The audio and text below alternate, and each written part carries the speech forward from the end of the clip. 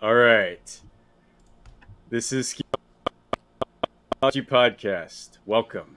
This is Jared, and this is Jack. nice. I Let's remembered my let's do name it. this time. Let's get into it. This should be a fun one I want because to open up. I I want to yeah. open up on something. Let me Let's do. do it. Let's We do it. need.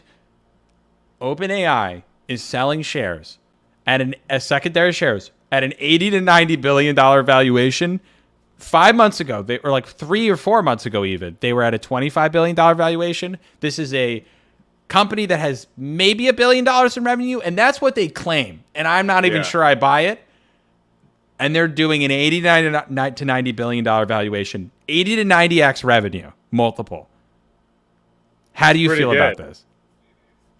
For me, I'm like, okay, because I'm like a conspiracy guy. I'm trying to see the whole picture here. Field vision. I don't think the US dollar will exist if OpenAI's mission succeeds. So like if we actually create AGI, the service economy is going to implode on itself. So I'm like, what am I investing in when I invest in AGI using my USD? What's my return? Well, like if AGI happens, like what is money at that point? You know, like It's I it doesn't look good. it doesn't look great. It doesn't look good. Are you buying? You seem psyched. Are you? About OpenAI? Yeah. Oh, I'm not buying. It's insane. It's the biggest scam ever. It's like Why do you think it's a scam? Why do you think it's a scam? because I've never seen an instance where 80 to 90x revenue has ended well. And this is Yeah. it hasn't even gone public yet. What's it going to go public at? $400 billion in Yeah, but valuation? who makes $1 billion though? That's a lot. Like this is unprecedented. This Also, is unprecedented. and Sam Altman doesn't own any. Like, I don't know if that's what it seems. Really? Apparently, he doesn't own any equity. Microsoft owns like upwards of 50%. So like, all I'm thinking is like, this is it's funny if we put our Yeah. conspiracy theory hats on and we go, this is just all Bill Gates' ploy to just could like revamp Microsoft and make another like 50 billion. Like, what if Bill Gates is interesting. secretly behind all of this and he's pissed off that Jeff Bezos and Elon Musk have become richer than him, and he's like, Yeah. I must be number one, and so he's scheming to make OpenAI worth 80 to 90 to $200 billion so that Microsoft, which he owns a ton of the stock, he's the fucking guy, and Yeah. becomes super rich. What if that's the case? Here's the thing, like who's gonna give them money? Like actually. Is it just gonna be these consumer like $40 a month things? Because is that really how they're gonna scale? Because that I think they've reached about the pinnacle of that. Maybe not the pinnacle, but like I don't know how much more money they're gonna get from consumers. OpenAI? Yeah. They've got to Like no money from the revenue from consumers, but all of their investments probably coming from like venture capital firms, the Saudi Yeah. government, terrorist organizations, like whomever else funds, you know. shit. Their billion includes all that? Yeah. I mean, listen, this is a not they're not a public company. Oh, they're fucked. Yeah, this This- isn't no, a this doesn't make Jared. any This sense. is Jared. This isn't a company trading on the stock market. If they were trading on the stock market, it would be a Fortune 150 company at a $90 billion valuation. Yeah. Companies that make 20 to 35 to 40 billion dollars are valued at 80 to 90 billion dollars. Yeah. So you have a company that hasn't gone public yet. That's revenues might be a billion. It could also be like a billion asterisk. Yeah. It's a billion if you like add in a bunch of bullshit and like fake your numbers or whatever. Yeah. And now what I think might be happening is like, look at what happened to Stripe. Like they went to like, oh, we have a $90 billion valuation, and then 2 years later slashed it to like 50 billion. But like, yeah, when the founders sell secondaries at a $90 billion valuation and walk away with like a cool $8 to $10 billion, and then they slash the valuation back down and make up, like, it could just be all a ploy to get people to get rich.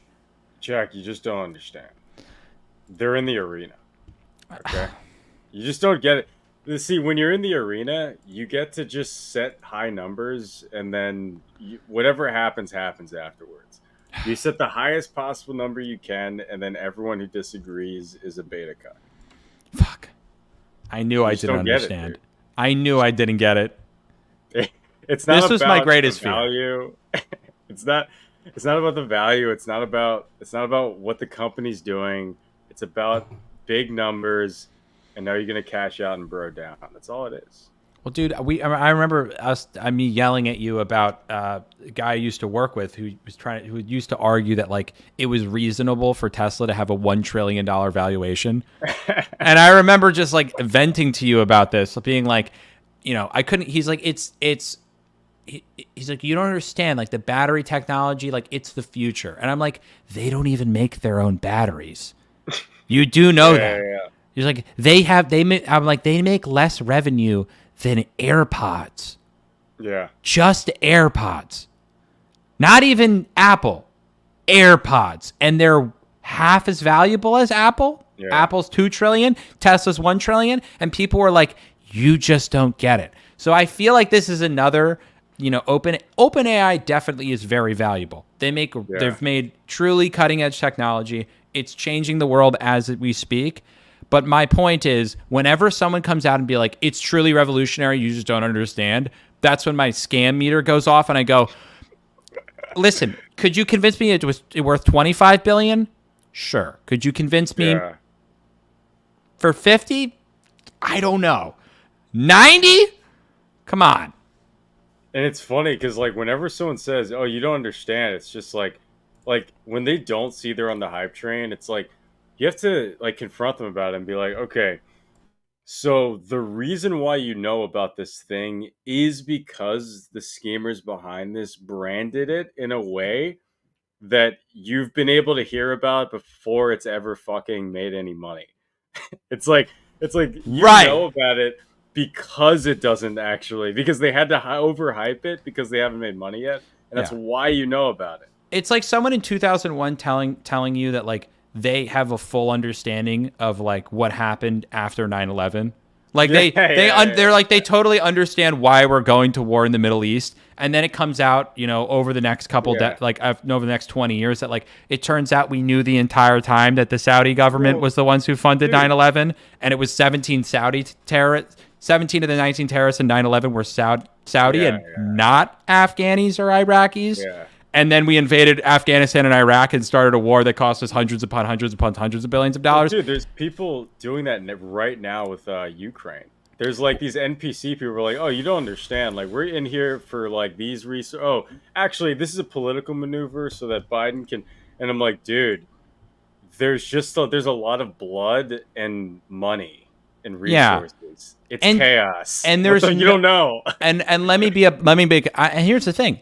I don't know what's really going on. I don't either. I don't know. I'm not saying I do, and I think it's terrible, and I wish everyone well.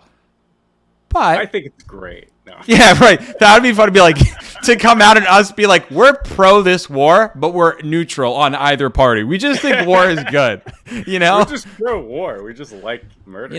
Men should be killing each other always. Schemeology podcast, guys. Great having you here. We wrap right then. I just wanted to come out, make a first official statement. I know you guys were wondering. We are in fact pro-war, and we're not pro-Russia or Ukraine. We're just pro-war. Yeah, we're just pro-death and destruction. Like and subscribe. Like and subscribe. Click. End of podcast. Yeah, it's like these people will like make all these assertions about these companies, and it's like it's like you don't. All you know is the message. That's it. Especially if you're not even a user of it. If you're not even if you are a user of it. If you're not in the business, you don't know the charts. You don't know what's going on. Especially if a company's not public, you just don't know. No, you don't know. You don't know. I mean, and here's the beautiful thing. This is the beautiful thing about America. We haven't declared war since World War II. We technically haven't had a war since World War II. Only Congress can declare war, which they haven't since World War II. So technically speaking, we haven't even been to war since World War II. Yeah. That's just positioning. Yeah, it's like when people are like, I know it's happening. It's like, no, there wasn't a war in Afghanistan, not at least that we participated in. They were at war, and we were just conducting military operations. yeah. It's crazy. Like the scheme around war, it's so obvious that whenever I go, like if you go on CNN, you see these talking heads literally just like spouting bullshit for money and like wearing these like fancy suits and they're all like clean and all this stuff. And you look at them and you're like, wait, so you guys are profiting off of the fears on like a war and pumping it up and like and then you'll have like the your aunt or your uncle super like confused about it, and I always like look at it, I'm always like, wait, so who's actually making money off of like CNN? Right. If you look at it, it's pretty similar to the people making money off of Fox. It's pretty similar to people making money off of like you go down to all these investors, it's all like very similar businesses, and then it's like, wait a second, all those businesses are also tied to oil, and those oil people are also tied to clean energy, and it's like it's just schemers. It's That's it. just schemers. It's all schemers, and it's funny because the video I'm working on about fun related to fundraising is like the whole point of what I'm trying to get across is positioning. That like you can come out and say that if a therapist goes, it's $200 an hour to book me, to have a therapy appointment. You go, oh my God, it's $200 an hour. But if they say it's $200 an hour for you to be mentally free and to feel better every single week of your life. That's it. It's only $200 Yeah, to feel yeah, better every single week. You're like, wow, would yeah. I pay $200 to feel better every single week? Yeah, I pay $200 to feel better every single week. And then just imagine that your government's doing that with it's only $100 billion to fund the war in Ukraine this year. And then Russia won't come and murder your children. Would Yeah. you pay $100 billion so Russia doesn't murder your children? And you're like, yeah, I guess I would pay $100 billion. Oh, but That's, dude, even downstream from that, it's not even just that. It's also on a local level. It's like, would you spend 40 hours of your week, or which is like, it's gonna wind up being like 60% of your life, for purely focused on making money to fund the defense apparatus to make sure that you don't get killed by these terrorists? It's like, is that so little? You just have to waste all your time and resources getting the funny money so that you can pay the taxes so we can keep you safe. And then it's like it's a social contract, but I think a lot of people are starting to see the social contract is yeah. not what they think it is. I remember reading once, and I could be totally wrong, but I don't have young Jamie here to do a fact check for me, so I'm just going to say it Jamie, pull anyway. that up. Yeah, Yeah, Jamie, can you pull that up quick?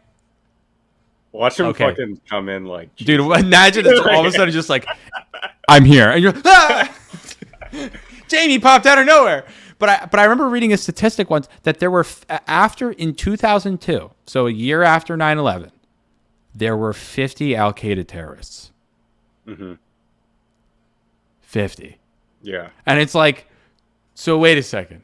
we yeah, invaded a country to stop 50 dudes. yeah, And it's like, but it's like, is that so unbelievable?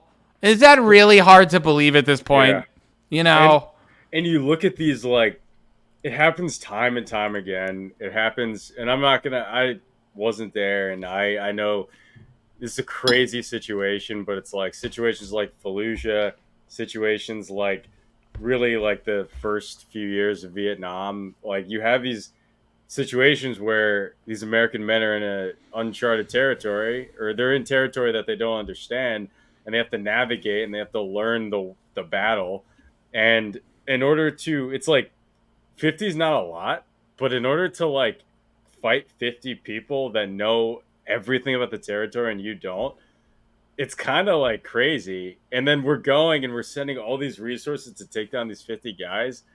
And I'm like, are these 50 guys actually, are they what we think it is? And I get it with 9/11. I get everyone being confused, but it's like, yeah, like you said, mostly Saudis. So Right. So, and again, and not saying it was horrible. I also am not a 9/11 conspiracy theorist. It happened. It was terrible. Whatever. yeah, I don't know. didn't even happen. Right. That would Just be good. there, right here. Jet fuel doesn't melt steel beams. Yeah, Case in yeah. point. End of the story. But like, Just kidding. It's of please, please stop. We don't need to be bucket into 9/11 conspiracy theorists at this point. But the point is like, you know, we know there's fuckery afoot. We know that. Yeah. It's obvious that it's happening. So the question is like, it's the same thing with media. It was like you were asking about what topics to talk about today, and I was like, maybe we talk about media, which is just like the invention of the newspaper was a pivotal change in America, and specifically American democracy, because it meant that you could mass distribute information, which is great. So it meant that you could get more people more educated to learn about things and learn about the world. They otherwise would never learn it. But they would have no idea what's going on in London without a newspaper saying like, you know, the London Stock Exchange burned down, which I don't think ever happened. It's just a crazy example. My point being that like, but what that also meant is that it wasn't like an unbiased third party was running the newspaper. It was a guy. Yeah. You know, a guy started the newspaper, and it's like, do you really trust any guy, myself included, or Jared, to be the person who's like, I run the newspaper, and so then like if an editor or a journalist ever writes something and he just like gives him a ring or walks into his office and he goes, no.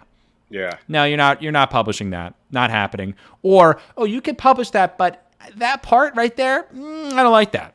We're going to have to, we're not going to lie, but let's write it differently. And that's how doublespeak and positioning and the obfuscation of the truth, they could just repeat the facts in different ways. And then after 150 years of that, we get to the point where people are now using terms like misinformation or malinformation, which is like just a way of saying like, oftentimes information we don't like. It could be facts we don't like. It could be truth that's just mean, and now it's malinformation, which is it's bad information. It's not even factually incorrect. We just don't like it. It's like we've gotten so far down the rabbit hole where it used to be like, we're just going to cleverly lie to you or like cleverly position the facts, to now if anyone ever says anything that we just don't like, we're just going to say it's bad information and not say it's not factually correct. You're going to know that if we say that, you're on our side. And also like the concept of information itself isn't the truth. It's like it's lost. It's just a representation of what is the most this is an information theory. It's everything in data that represents all the bits that are independent, and this is just like all the information that is not repeatable in this. So it's like the purest form of it, but it's not the truth. And like when you see information, people talking about how, oh, we need news and all this, there's a world before news. News was invented by political people like Benjamin Franklin that had used to spread ideas, and also they were very intelligent and they were more well read than other people, so they understood the value of having a public persona. They understood the value of owning narratives. Like they knew that, like, back then I totally understand the idea of having this republic that we have versus democracy, because people generally were like, we're way smarter than the average person. Like they knew so much more. Like Benjamin Franklin, people didn't have so books, much fucking more, and he had the economic status to just read so many fucking books all the time. And it's like, yeah, he invented all this shit. Yeah, because he was the only guy like reading, you know? He's the only one who had books. No one had books. And these people invented media so that it was of a use to them. They could have this like information dominance. I mean, I'm not saying it's bad. I'm just saying that's what they did. No, and and that's again, I think it's you know, we're not saying it's bad, because people's access to having more access to information is great. But you think about like Andrew Carnegie, which was alive in the 1900s, and he's famous for building libraries to give people access to reading who didn't have access to books before Carnegie built libraries. In like 1930, he was building libraries, and people were like, I never had access to books before this. And now that's like 70 or 80 years ago. It's not long ago. You know, it's like we feel like it's long ago. It's really not that long ago that people just got access to books. Yeah. And now you have access to this. But the problem is, all of the media, people want to control narrative, so they have to figure out how to control narrative when you have access to literally every piece of information under the sun, which is like, let's go full black hat conspiracy theorist, which is like, well, let's create shorter and shorter forms of content to kill people's attention spans so they don't actually spend time reading long Yeah. form content, which is actually the only way that you get actual information, because turns out life is nuanced and it isn't clippable into 60 Yeah. seconds. Like, if anyone tries to tell you that they can break down the Ukraine war in 60 seconds, you should block them forever again. No concept Yeah. that a president should be talking and briefing you about should be discussed in 60-second format. It should be Yeah. like an hour at minimum. Yeah, and it's so funny because that like the short form content. I mean, it has a use because they get your engagement, and they get to play a game. Like whoever invented the, I guess Vine or like whoever really started making it so short were such geniuses because they get to make a playing field in which it gets the purest form of reaction, and they get to play the game of who can get the purest form of reaction, and then whoever wins in that game, they win the whole game because they can win on any platform. Whoever invented that was a genius. But yeah, so the crazy thing about that whole idea of like you need long form is now okay. Benjamin Franklin was was like a genius, right? Like he was able to invent all this stuff, and partially because he was able to study so much. Right now, the average person attention span is so weak and flawed to the point where if you simply choose to have some discipline in your focus and attention and like spend X amount of time reading X amount of books and studying with a focus, not just like any fucking book, but like with a focus, you're like Benjamin Franklin. You know how many people? There's videos of like these Zoomers, and it'll be like, "Hey, what's 3 times 3 times 3?" And then the kid will be like, "Oh, Dude, nine." how many people watching this right now think that Benjamin Franklin was the president of the United States? Oh yeah, that's a good one. Yeah, it's You true. know, A lot of people think that. Yeah. you know, that's what I'm saying. Like, you know, to your point, like the whole like ask people on the street thing for TikTok. It's like, dude, people have literally no idea what basic math is.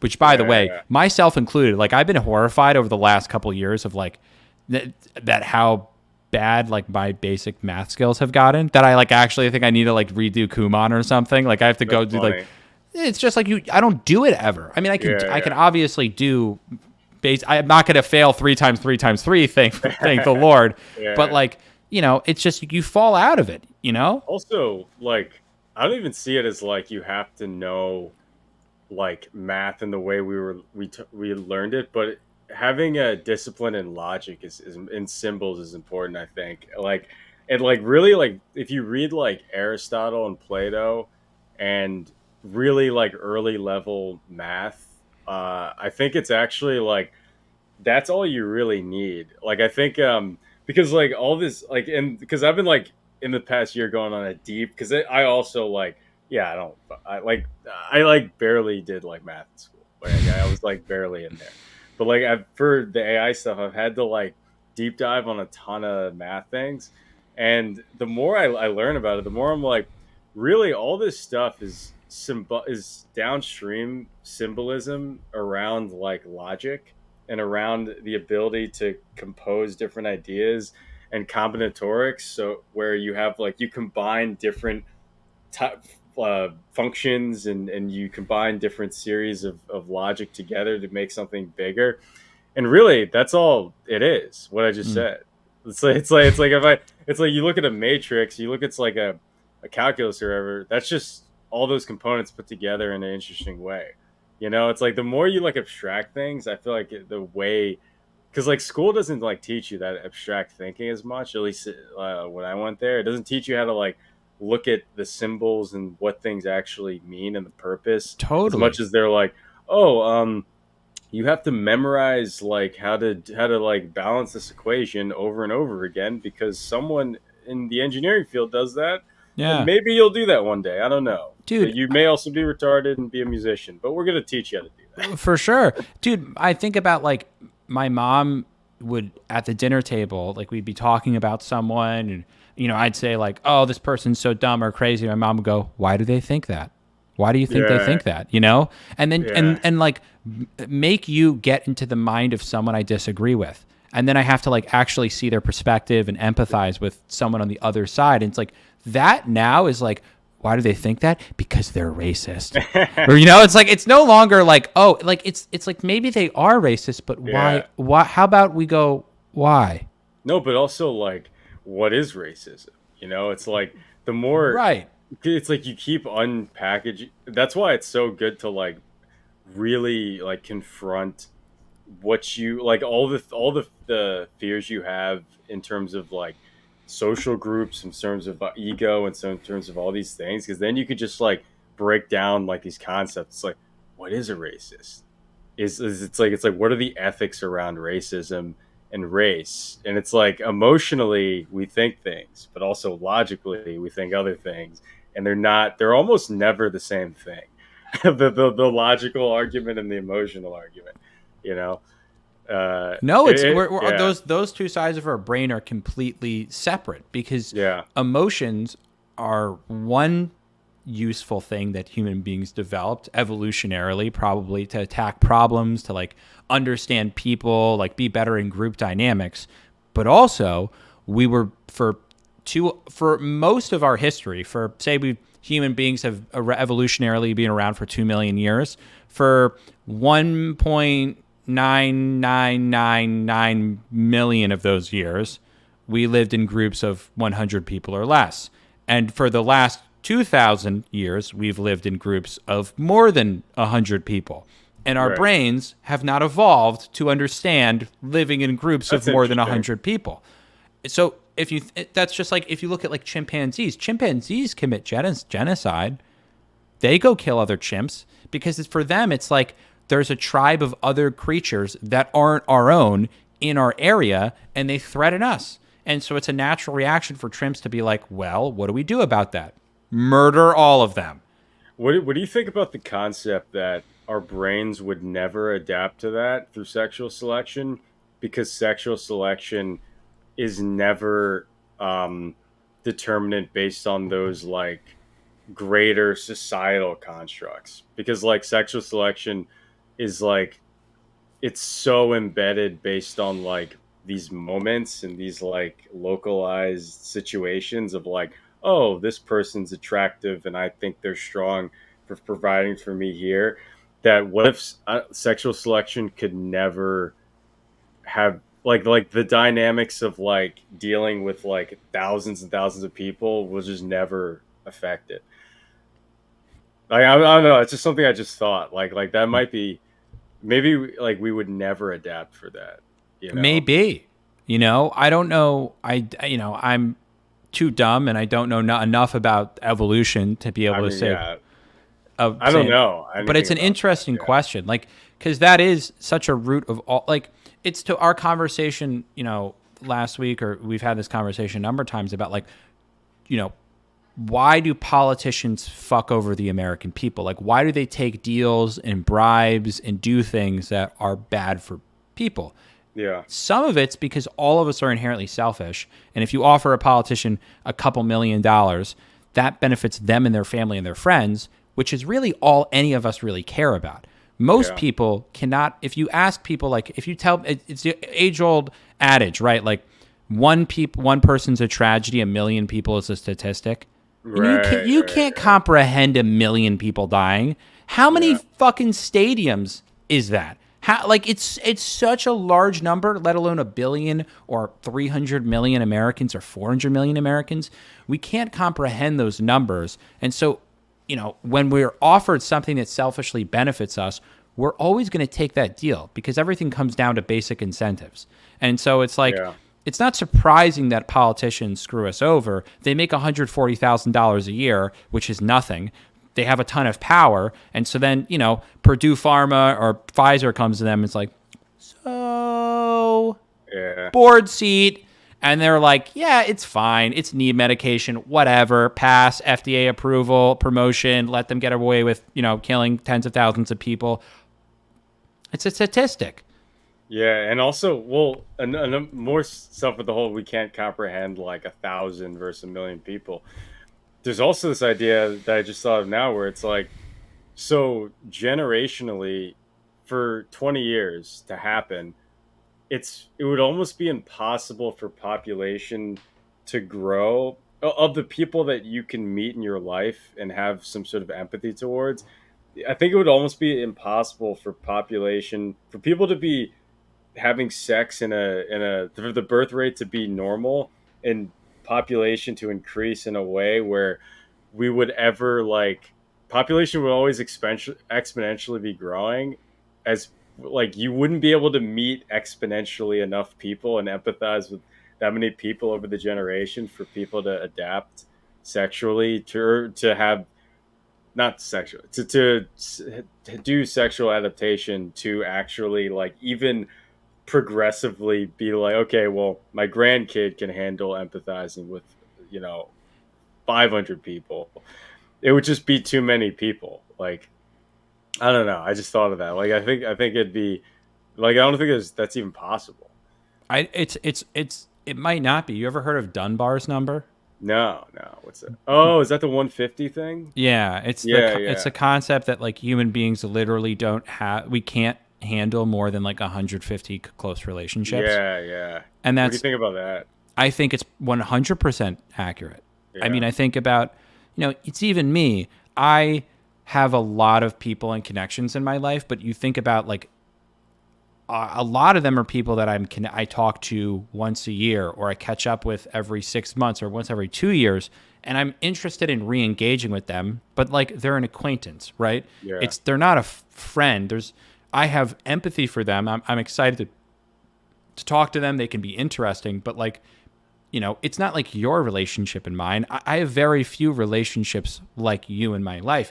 Maybe I've got a couple dozen, and then after that, I've got another tier of relationship, and after that, I've got another tier. Right. But it stops after like tier 3 or 4 because at that point, I'm at like 150 people, and it's like I can't really give a Oh, fuck about more than 150. Like, dude. Yeah. This gets into a really important part with media where it's like this is what I saw at these media companies that I saw, which was really fucked up, is that it's like you can't really you're like the way you give off energy towards empathy is a powerful like thing. It's like super powerful when you like empathize with someone that you have a high trust relationship with.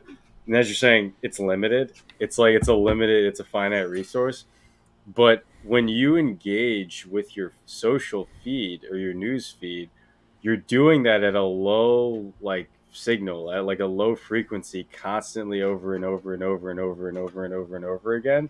And I think what part of what that does is it totally like reroutes your brain to essentially be like psychopathic mm, because it's like there's this empath narcissist relationship where it's like okay if the narcissist abuses an empath some often they overcorrect and they become like super walled off, because it's like even though they used to be super open, they're the opposite now, and they can now appear like a mm. narcissist or appear like the abuser.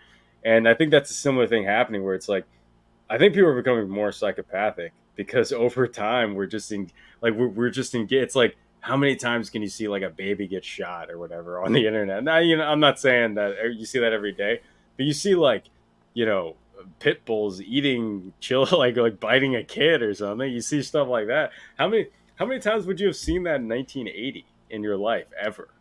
You know what If I it mean? didn't happen in person, never. Like, and occasionally, the only time you ever saw crazy shit was like when the news was like, "We're broadcasting now from like the square in the Middle East," and then it's like all of Yeah, a sudden they're broadcasting, and then just people are mowed down, and you're yeah, yeah, watching TV like, "Oh my god!" And it's like, and then yeah, like 4 minutes later, it's like, broadcast has ended. Like, that was the only time it ever happened. yeah, Now it's like you look up a person being murdered, and it's like, there are 9 million search results. yeah, yeah, In, yeah, yeah. yeah, that's it.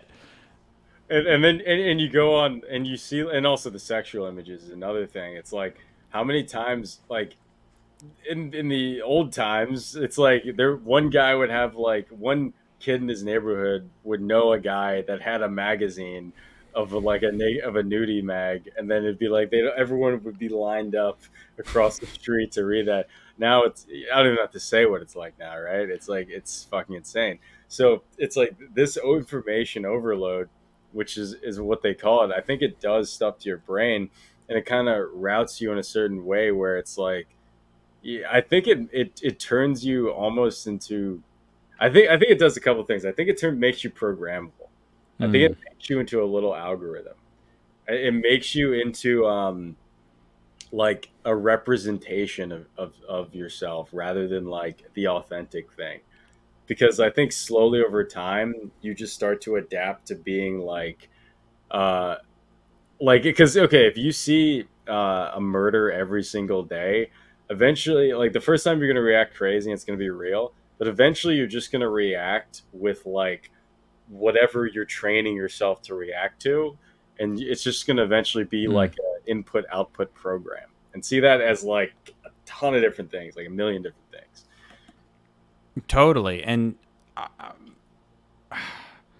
I don't think I don't think people are equipped to deal with like where we've gotten to and where we're going. And I don't really know how you help Yeah, people deal with all the overstimulus. Like the only thing I can really imagine is like you remove people's access to so much stimulus. Like interesting.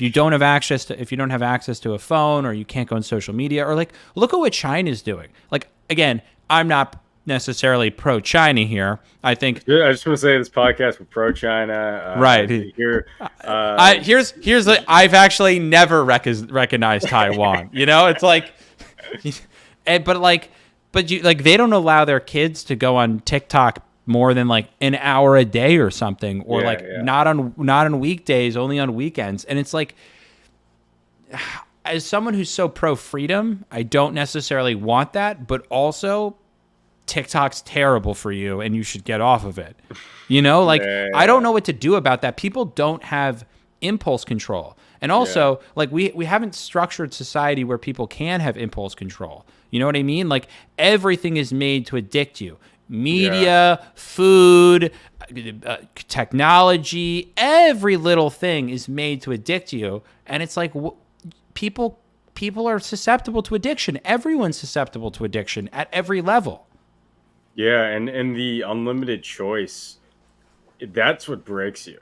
That's what breaks your soul. I mean, the I think the more you have unlimited choice over time, the harder it is to get discipline, and discipline is the thing that like gives you freedom. So it's like if you're not gonna if it's gonna it's good to position yourself in a situation where you just don't have so many choices. Like the best Mhm. way you operate is every day you have one choice, and that's to do your fucking purpose, do your job.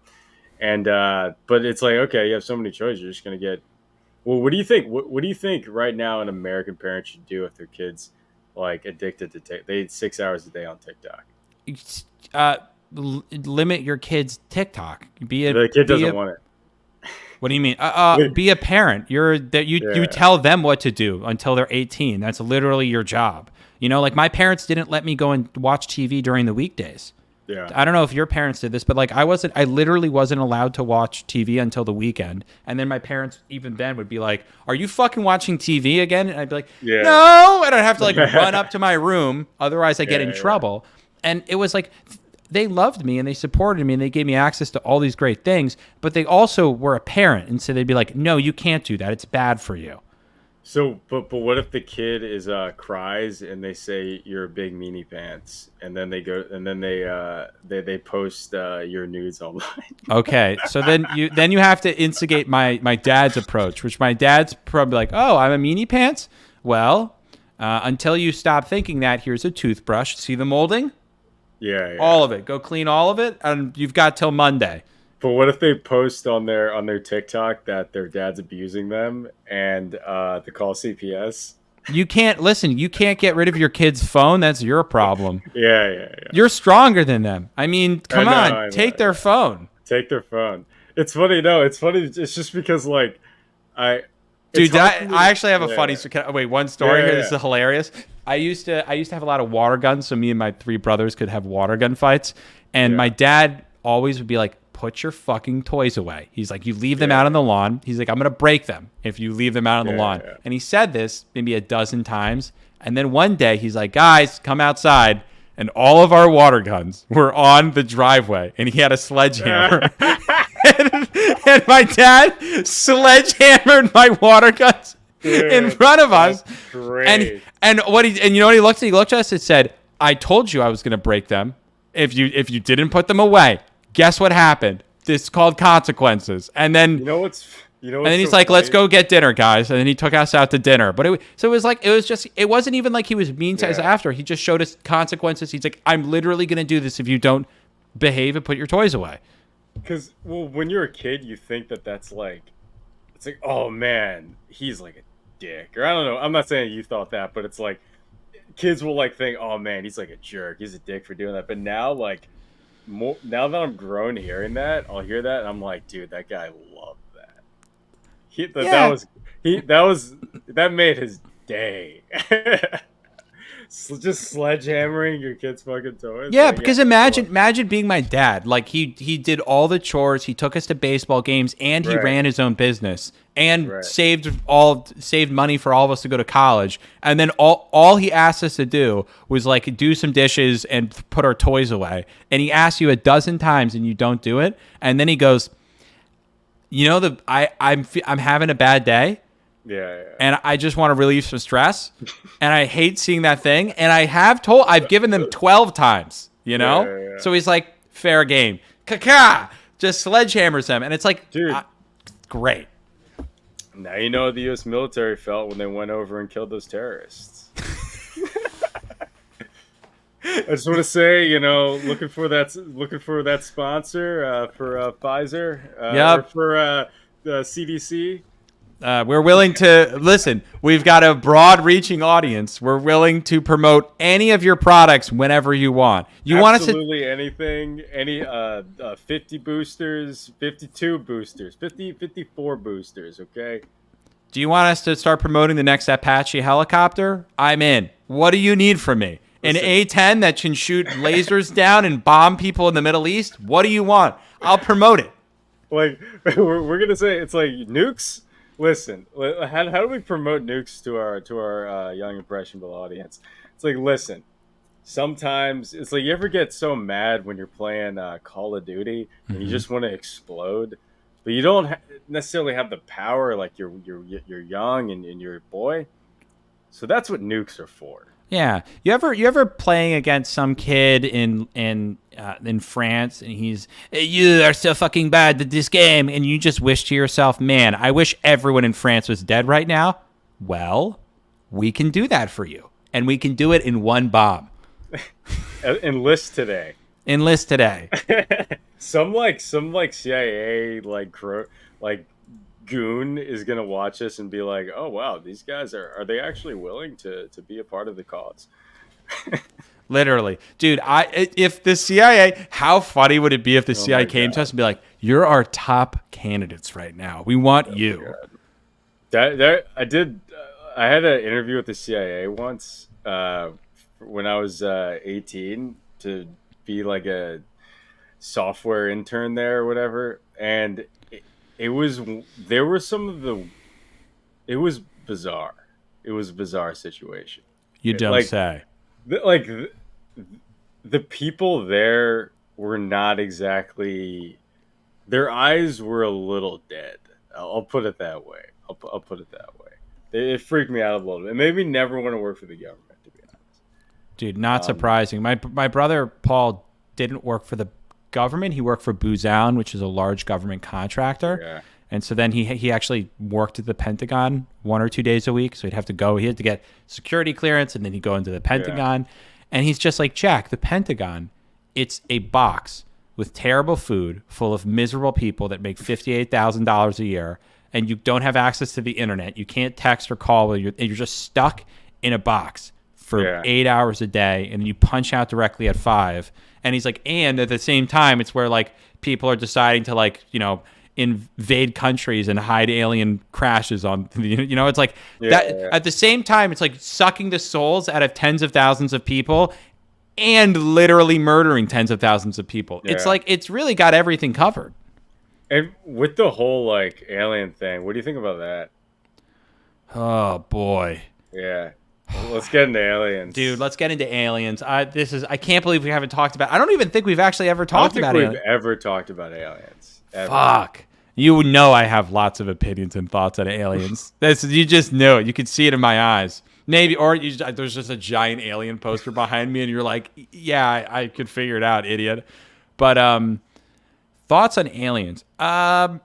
Statistically, they're so I have two thoughts. Either statistically, they're my brain defaults that they probably exist. They may not have been here, but there's definitely lots of really wacky UFO sightings that are happening, and now our government's like coming out but our government is also coming out like right when we decide to like invade a country. They're like, also here's this UFO video, and it's like everyone's like, no Yeah, way, and it's like, and then at the same time it's like, also we invaded Pakistan, and it's like, oh, yeah, UFOs. yeah, So like that's a troubling thought, but like, yeah. do I think that it's possible there's UFOs or aliens have been here, or like there's been some craft that's landed and the government has covered it up? I mean, of course, the government covers up everything. Why wouldn't they Yeah. cover that up? Dude, this guy, Sean Ryan, who I love his podcast. I mean, probably one of the best podcasts on YouTube. He's an ex-Navy SEAL, and has this podcast where I mean, he has everybody on here. It's one of the best. He has tons of people, and he had a UFO week where he had these three pretty I think they were all military related people, like pretty like normal people saying their stories. Just watch it, because like, and for Art in the chat, like for anyone watching it, or for anyone watching, just watch those. It's fucking insane. Like I mean, I'm not. It's funny because I've gone down some of these rabbit holes. Long story short, I don't think it's aliens. It might be a spiritual thing. Like it might be like another like dimensional beings. It's pretty like it like I don't think it's like from another world. It's and they I like that idea, the interdimensional idea. yeah, It's yeah, like yeah. if that's suddenly something I've recently started thinking about, but that. Look into DMT and all of that stuff Oh, because I know. Oh, for sure. Trust me. okay, because That's what I do. I do know all about that. but what are the odds that they all look the same, or like all the things they see look the same, and in all these other stories it's the same exact patterns of behavior, patterns of what these little things look like. And there's these I forgot what it's called, but there's this organization that they looked through like 500 different like tons and Hmm. tons of different sightings and did pattern matching and all this, and they followed through. And by the way, these people were largely irreligious. It's the reason why I mentioned as spiritual, but they were largely like atheists before doing this.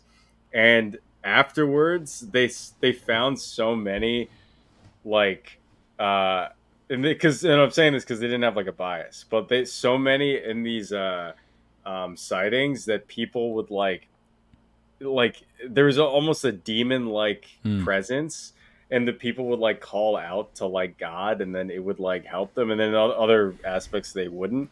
And all these people would have like religious experiences Hmm. around this, and then there'd be people that were like intensely atheist that would go and like all of a sudden have like some weird encounter.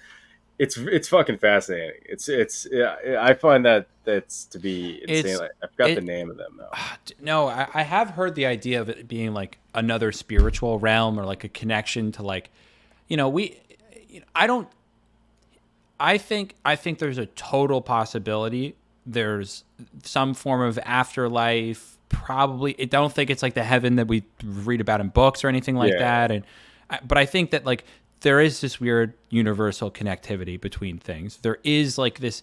There is some sort of like spiritual serendipity that all these weird, inexplicable things that happen. And then when you do hear the idea of DMT stories of like everyone experiencing the DMT elves and yeah, having these like really incredibly real and visceral visions and go to places that they can't explain, that like there's something about that I could totally buy. It's a realm It's like a way you're phasing into another dimension. Yeah, And you yeah, know what I felt think about? So every time I have deja vu, I have this thought that like, what if deja vu is me remember like that's something that has happened to me, but in a different dimension.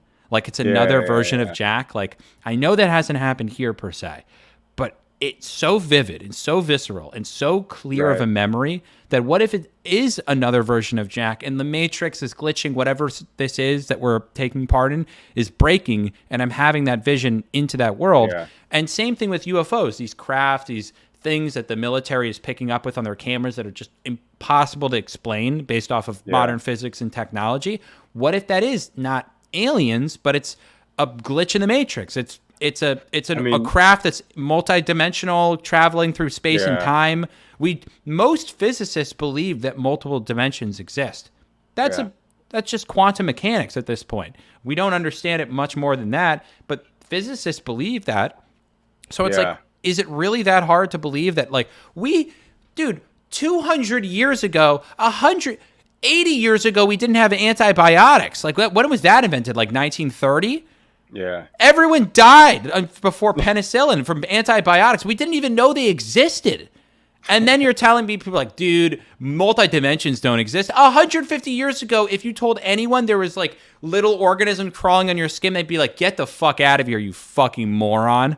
And then you come in yeah. and be like, oh, multi dimensions? That's insane. It's like literally, if you would ask someone something that we know to be true today, 150 years ago, many things would be literally crazy and you'd be burned at the stake. Yeah. Also, the whole idea of dimensionality. Well, one, like I, because okay, I'm super into dimensionality when it comes to like just looking at the way the world works. Like you can look at like that's why I talk about fractals and things like that because it's like it's so fascinating once you like try to like make sure your behavior is consistent over time. Like look at it like this. It's like once you let's say you stop drinking or something and that starts to have this compounding effect where I do believe that start to get into a higher level of frequency. Well, that's not even a thing I believe, that's just true. Like you can look at your energy. I'm not into hippy dippy stuff, but I'm saying you literally like emit like energy or whatever. um and you can like and people like And before. radiation, which is a form of Yeah, energy. radiation, yeah. And but like over time, I do think people you get into like a higher level of like frequency, based or lower based on your behavior. And one thing I find really fascinating is that I do think there's like perfect frequencies, and I think that's a lot of what Plato was trying to talk about, where he was talking about, and it's very contested. Even Aristotle contested it, where he's um, like he Plato pretty much has this. Look up Plato's cave. That's kind of the main idea of it. But it's like this concept that there's this pure form of things, and like for instance, like you have a like the form of man or the form of a chair. The form of things are perfect, but in our world, objects are really just distillations of these perfect forms, and we try to like understand and only communicate with like the pure form of things.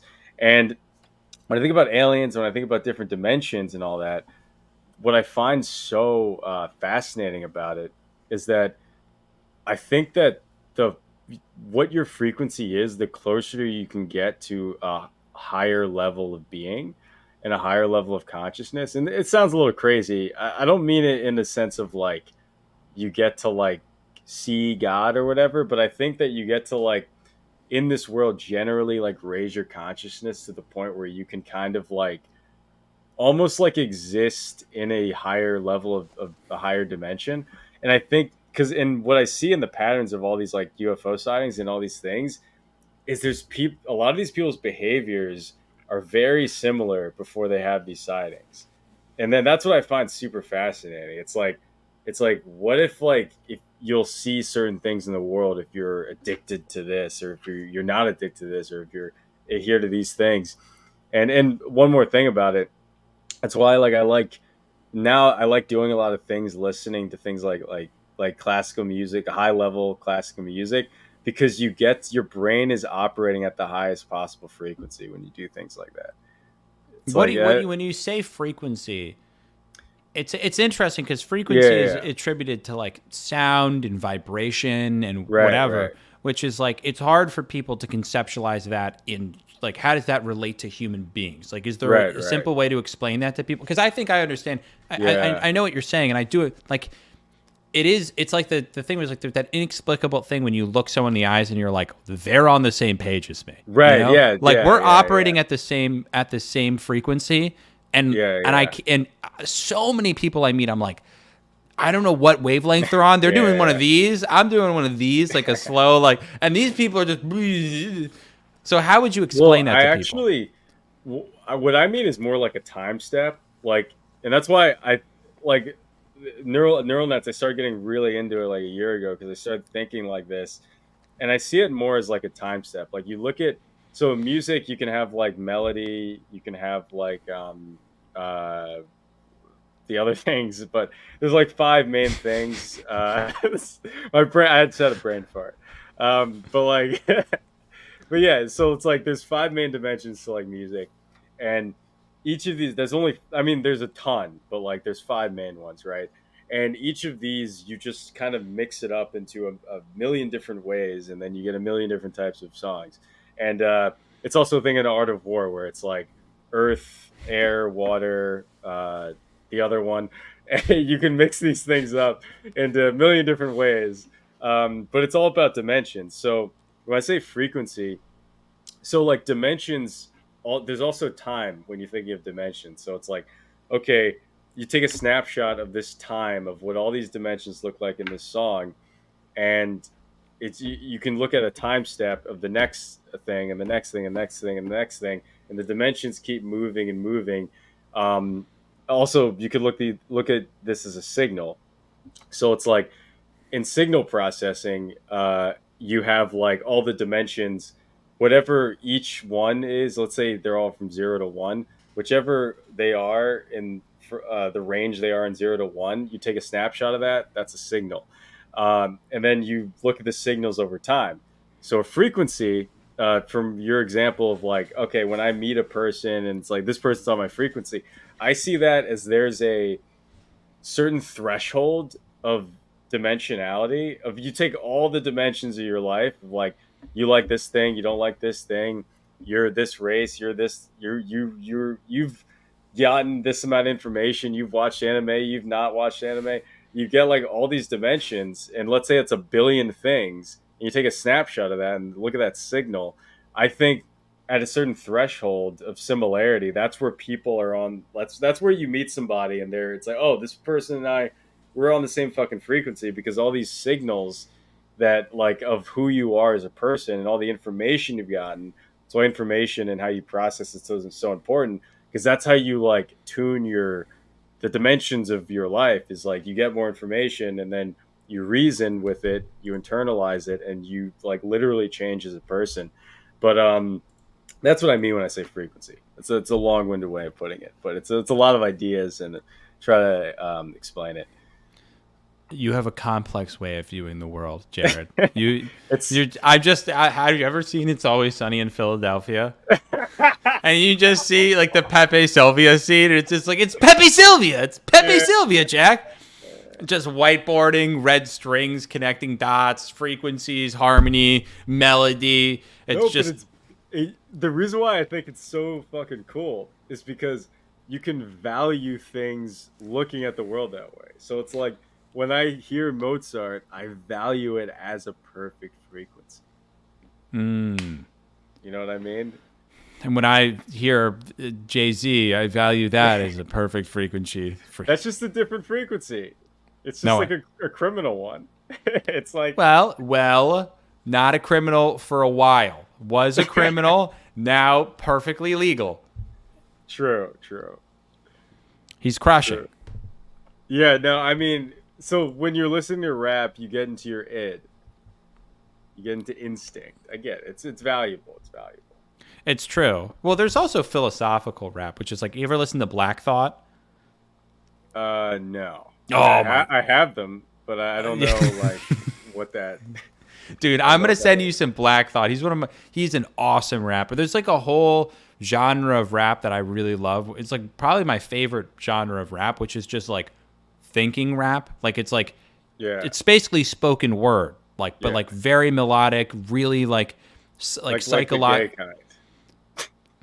Okay, hurtful. I'm leaving. I'm out. I'm just kidding.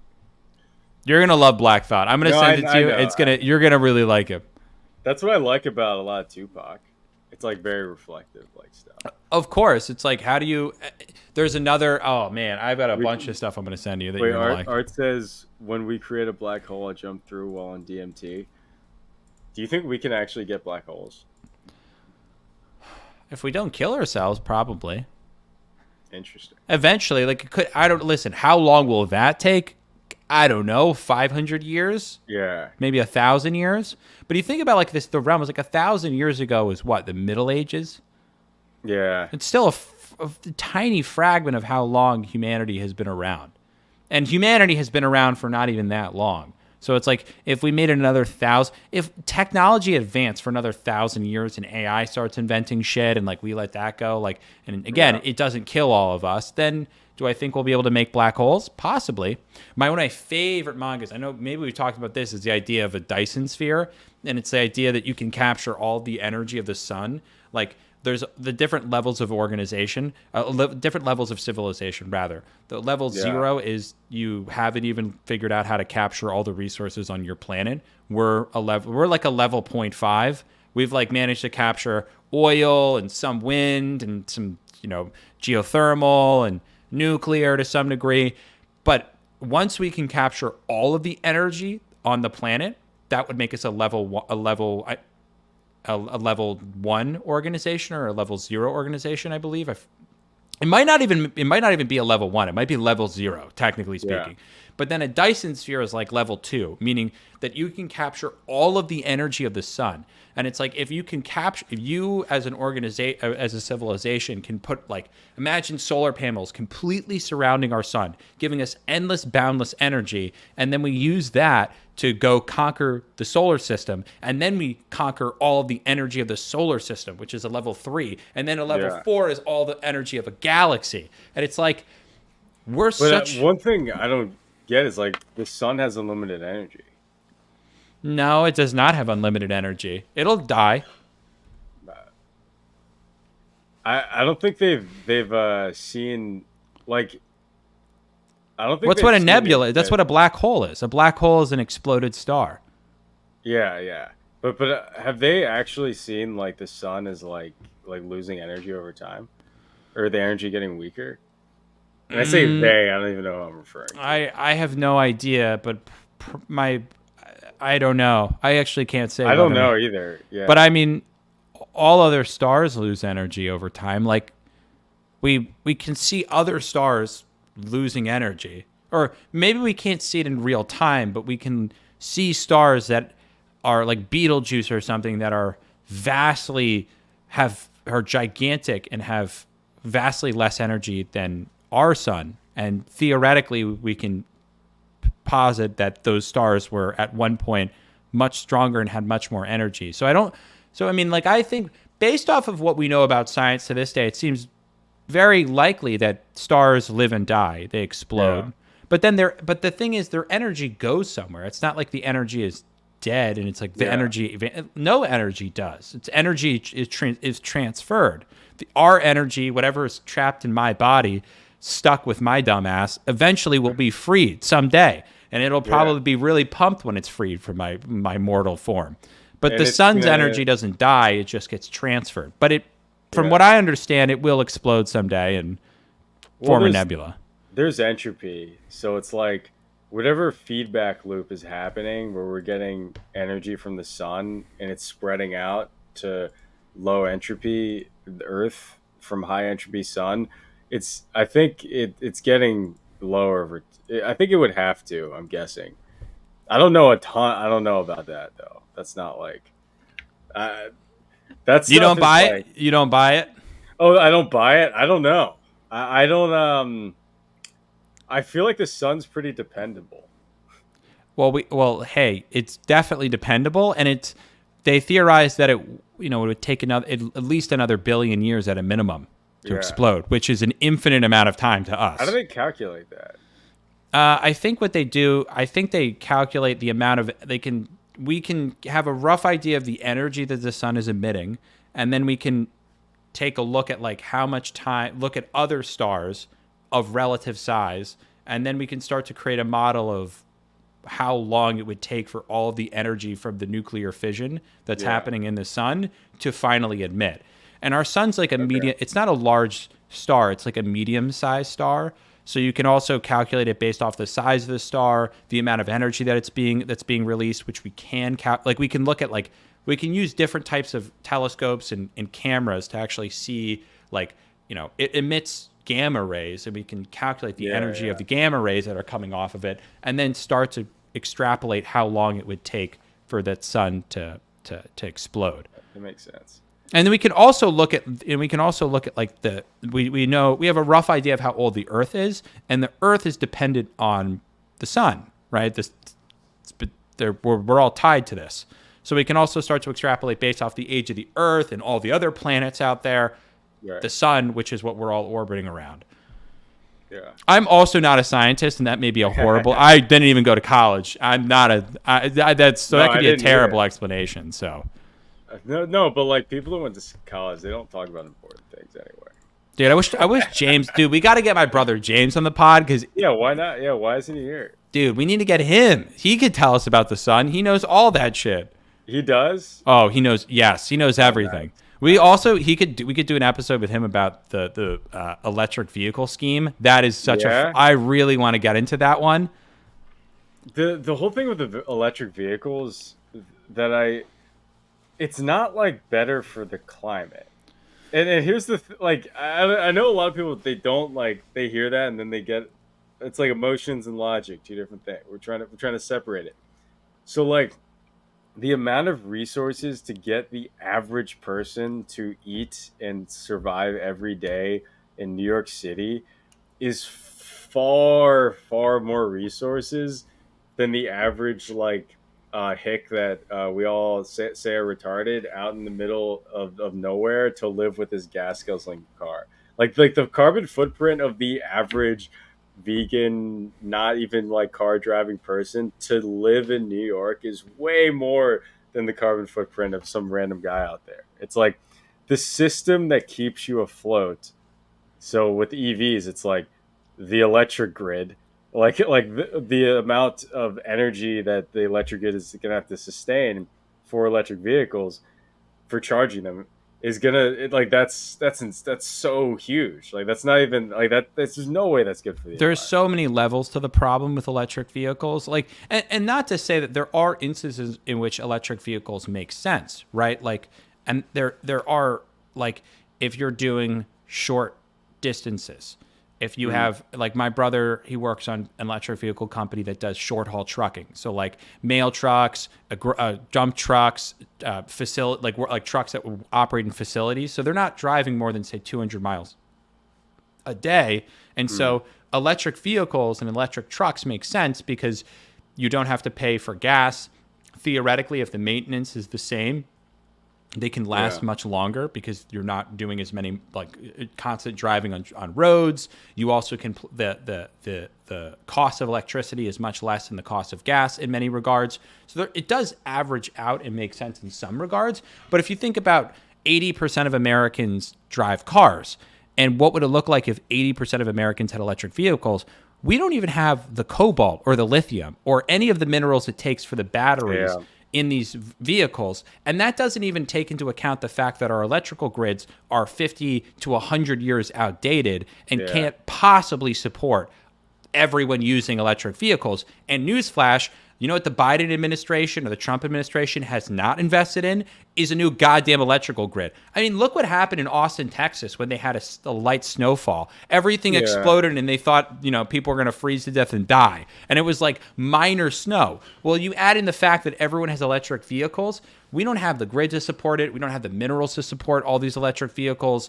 And on top of it, if you actually do the math on the emissions it takes to produce an electric vehicle, the emissions it takes to produce electric vehicle are far greater than it takes to produce an equivalent gas vehicle. So Hmm. it's like you start to like do the actual math into the science of like the actual production of these vehicles, and then the maintenance of them, and then the actual grid manufacture behind them, the grid maintenance behind them. And it's when you do all the math behind that, it's like the numbers don't even add up. And it's like, Yeah. and then when you take it to like people being like, oh, our transportation industry, like all these trucks that are driving on the road, they have to be electric. And it's like, yeah, but like, what are global emissions? What are the total global emissions from trucks? It's like 0.5% or less. All the global emissions Yeah. comes from trucks, and we're like harping on electric vehicles being the problem. It's like, it's not electric vehicles. It's not vehicles predominantly that are destroying the environment. It's over farming, the dumping of the burning of industry, and look at what's happening in China, like burning fossil fuels and coal, developing nations like India and China that are still producing coal and dumping that into the atmosphere. Like that's really what's impacting carbon emissions. It's not like Yeah. some trucker driving from Nebraska to South Carolina. Also, there's a difference between like the ecosystem you live in, which is falling. Like we have like a our ecosystem is fucked up, and you could see in any major city. But like it's different between that and an overarching environmental like climate issue. And I think that like that's where a lot of the arguments, like it just doesn't make sense. Like people will complain, it'll be people that have like really done like nothing ecologically good in their lives. Well, not everyone, but I'm saying I hear a lot of people will say that, and then they'll say like, oh, like I'm gonna, like we have to save the environment in the world by doing X, and then I'm like, okay, but like you're talking like the ecosystem's fucked up. Like when you can't breathe in New York City because the air is shitty, or in Philly or whatever because the air is shitty, like that's because like all the smoke that's like literally like in the air and the shit, and like there's people shitting and pissing everywhere like all the Yeah. time. Also, how about you stop buying so much garbage? Do you Yeah, and know? that Do you know too. how much Yeah, pollution the world endures because of our incessant need to order shit off of Amazon? yeah, I mean, all these yeah, people are yeah, like, oh my God, I'm worried about the environment. It's like, also, you yeah, had 9 packages delivered today. That killed a yeah. full tree. And then the trucks delivering that added more atmospheric Oh, but pollution. And it's like, no yeah, one thinks. And then on top of it, all the food that you buy, all the processed garbage food that's yeah, wiping and destroying our plains, the beautiful plains of this country. And then that doesn't even take into account all of the fucking chemicals that we're dumping on our food, yeah, destroying it, literally ecologically destroying all of our rivers. There isn't a single. I read a horrifying statistic about like how many fresh bodies of water in the country you could still drink out of without dying. It's yeah, like less than 1% of fresh water is potable without like actual filtration. You'd have to go like deep Maine on the East Coast, or deep Alaska, or maybe places in Montana, but probably not even there. And every other water supply in the country is completely polluted because of the shit that we dump from manufacturing or farming in this country. yeah, yeah. And And we're supporting that. it's funny because it's like I, I'll think about it. I'm like, if you really want to actually legitimately make the world around you better, if you just consume closer to you, if you like localize everything, like, and to the point, and I'm saying like the ideal is you farm your own food, and like, and at least source like most of your food from hunting, or in your local area, from buying from local places. But it doesn't even need to just be that. It could simply be like you choose brands that are in your state, like Sure. like over time, like it'd be simply like doing that. Like those choices are actually what matters. Like it's not like when people are, when you watch the Hayao Miyazaki movie and they say Mm-hmm. human man bad, everyone else good, or like nature man good. And I like those movies. I'm not trying to, but like that's what they're all about. Like when they're saying that, it's just a reaction to like industrialization. And the Yes. industrialization is just the world getting super big, and there's more pipelines putting resources across these big spaces. So you got to make the spaces smaller and smaller. It's like buy local, stay like consume local, you know. Totally. But also, I mean, we also have bad. We need to consume local, but like there are ways. Like if you look at France, for instance, France is a very clean and beautiful and well functioning country with healthy food Yeah. predominantly, and a lot of their food is locally produced and sourced, and they have really great produce. They have really great meat. They also don't have people living everywhere. There's sprawling regions of France where people don't live. So they Mm. concentrate, they have good industrial planning where they're concentrating people in local areas and then leaving lots of space to produce, have healthy farms that don't use GMO and don't use tons of pesticides. So it's like you don't want people sprawling out everywhere. That's also Right, bad. right, right, Like you do need people to be condensed into villages or right. cities or locations and then be sustainably using the resources around them. And cities can 100%. also be productive. Like you can design a city that is both we have lots of people living there and also has good supply chain management and good industrial production to make it so that the city is producing a healthy amount of resources, not over polluting per capita per person, and Yeah. create a functioning like that's possible to do, but it's hard. And Yeah. our politicians don't make money from doing that. They make money from the military industrial complex and selling us shitty knee medications. And it's like Mm. Yeah.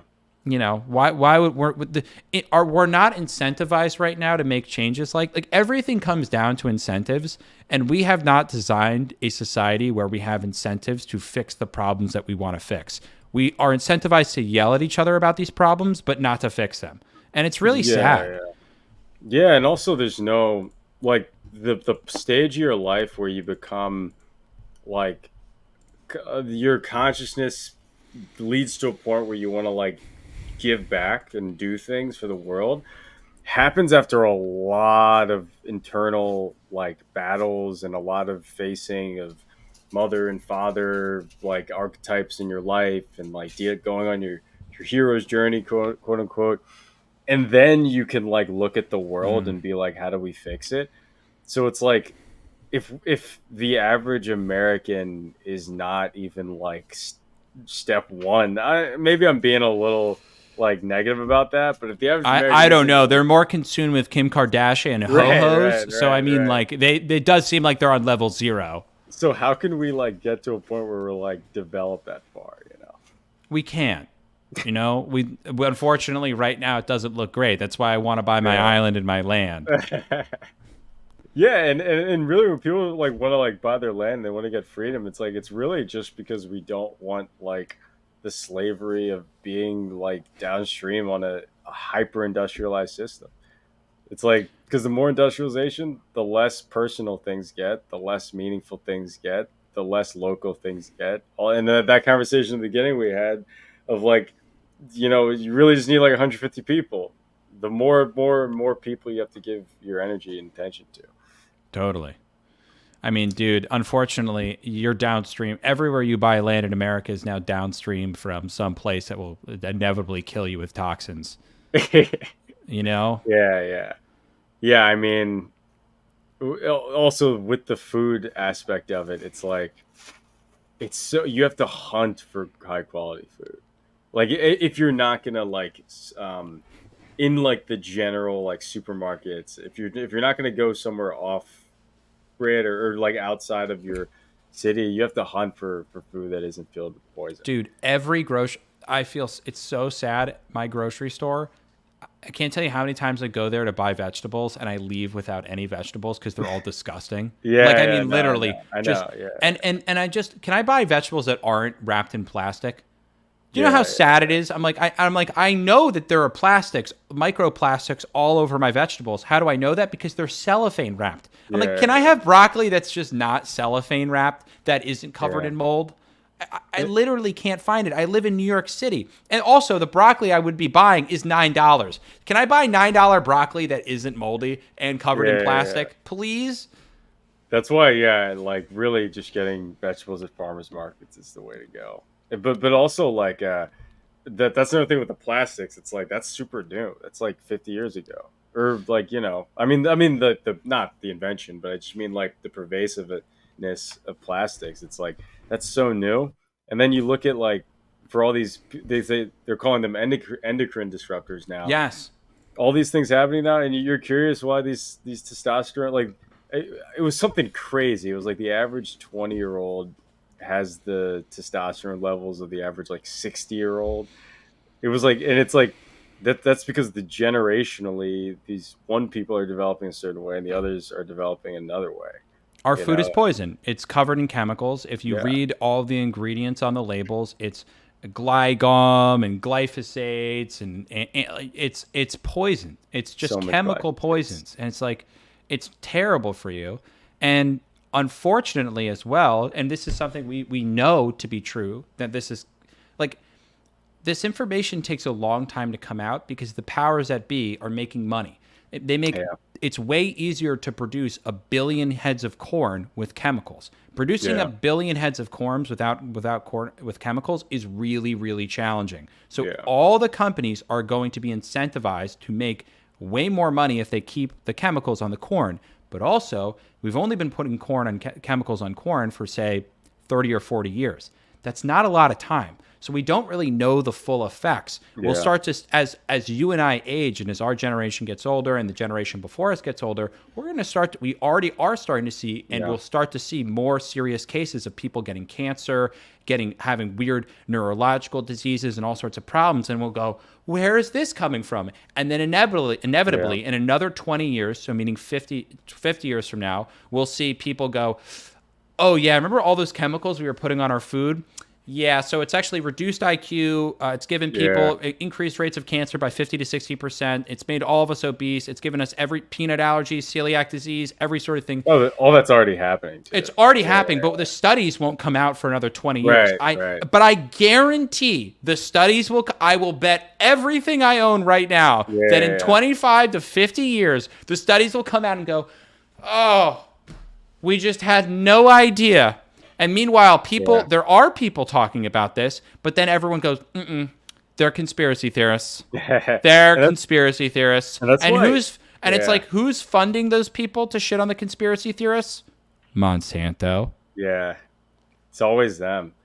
And it's funny because it's like you look at like all these, like I think right now, really, really, really important, especially if someone's like under 30, because it's like you're under 30, you still have like a ton of regenerative abilities, and your body's like, not saying that your life's over after. In fact, it's the opposite. Your life, like, you're fully grown at 30, right? But like, the you really need to like not eat the fucking processed shit. Like it's so At a minimum. It's so like, bad. if there's plastics on vegetables, what the fuck do you think are in Twinkies? Exactly. Yeah, yeah. Seriously, like, look at your ice cream. Please don't eat ice cream that has anything other than milk, sugar, Yeah. and eggs. Please, for the love of God. Yeah. It's like, it's not good for you. It's killing you. But the problem is, America, again, we've talked about this before, but we have such a short lens. All we can see is right here. Tasty. Porn. I can come. I get to eat Yeah. tasty things. I don't have to. I can watch the Kardashians, and it's like all of these things are going to destroy your life in 10 to Yeah. 15 years. But we'll throw away our future problems for just instant pleasure right now. Yeah, yeah. And it's like, remember the old marshmallow experiment? No. So this was done. This is an experiment that psychologists did, and they did a study on children, and it was children who could delay gratification had far better outcomes in life than children who couldn't. The children and here's a simple experiment for those that don't know. Psychologists would put two kids in a room, and they'd say to both of them, they'd say, if you wait 10 or 20 minutes, you'll get 2 marshmallows, or you could have 1 marshmallow right now. The kids who could wait 10 or 20 minutes to have 2 marshmallows far exceeded the group of kids Right. that didn't wait. And it's not rocket science. Delayed gratification is the key to success and happiness in life, except our delayed gratification is at the all-time low. Yeah. Instant gratification is booming. 99% of the people listening right now give into instant gratification every single day with almost everything that they do. No one delays gratification. Why? Because I can go on a phone right now and be like, oh, I wish I had a better towels. Amazon, buy them. Oh, I wish I had a girlfriend. Tinder. It's like Right. oh, I wish I wasn't fat. How about that? All the chemical drugs that'll make you lose weight that will kill you and make your balls fall off, but you'll lose 5 pounds tomorrow. It's like no one will just be like, well, what if I don't eat? Yeah, and the same thing goes with exercising. It's like you only like, and this is like, I don't even know what to tell people who like don't fully or don't like to hear this, but it's like it really takes for you to really get the health benefits from like exercising. It takes years. It really Yes, takes. I mean the health benefits. Like I mean like the like especially like if you start working out as a teenager, it's probably gonna be until you're like mid-ish 20s that you're really gonna like become like a almost different looking in a positive way person. And I don't mean like different like oh you're gonna be like a Chad now or whatever, but I just mean like you're gonna like it takes years and years, and it's like it's a slow thing, and you just always exercise and you always eat well, and also when you exercise you eat the highest quality food afterwards, so you're not teaching your body to regenerate on bullshit. That's how you yes, get cancer. yes. um, that's one thing I always like try to make note of. It's like, what is my body building up with? Is my body building up with like chemicals? Because it's like I see it as like it's like trying to like train your mind with like I don't know like SpongeBob or whatever, or like some like bullshit Of course. TV show. It's like it's just like you're just gonna become like bad, like whatever's the bad thing. Yeah, you're what it's the same. It's like what you put into your body, what you consume from the media that you consume, from the information that you consume to the food you consume.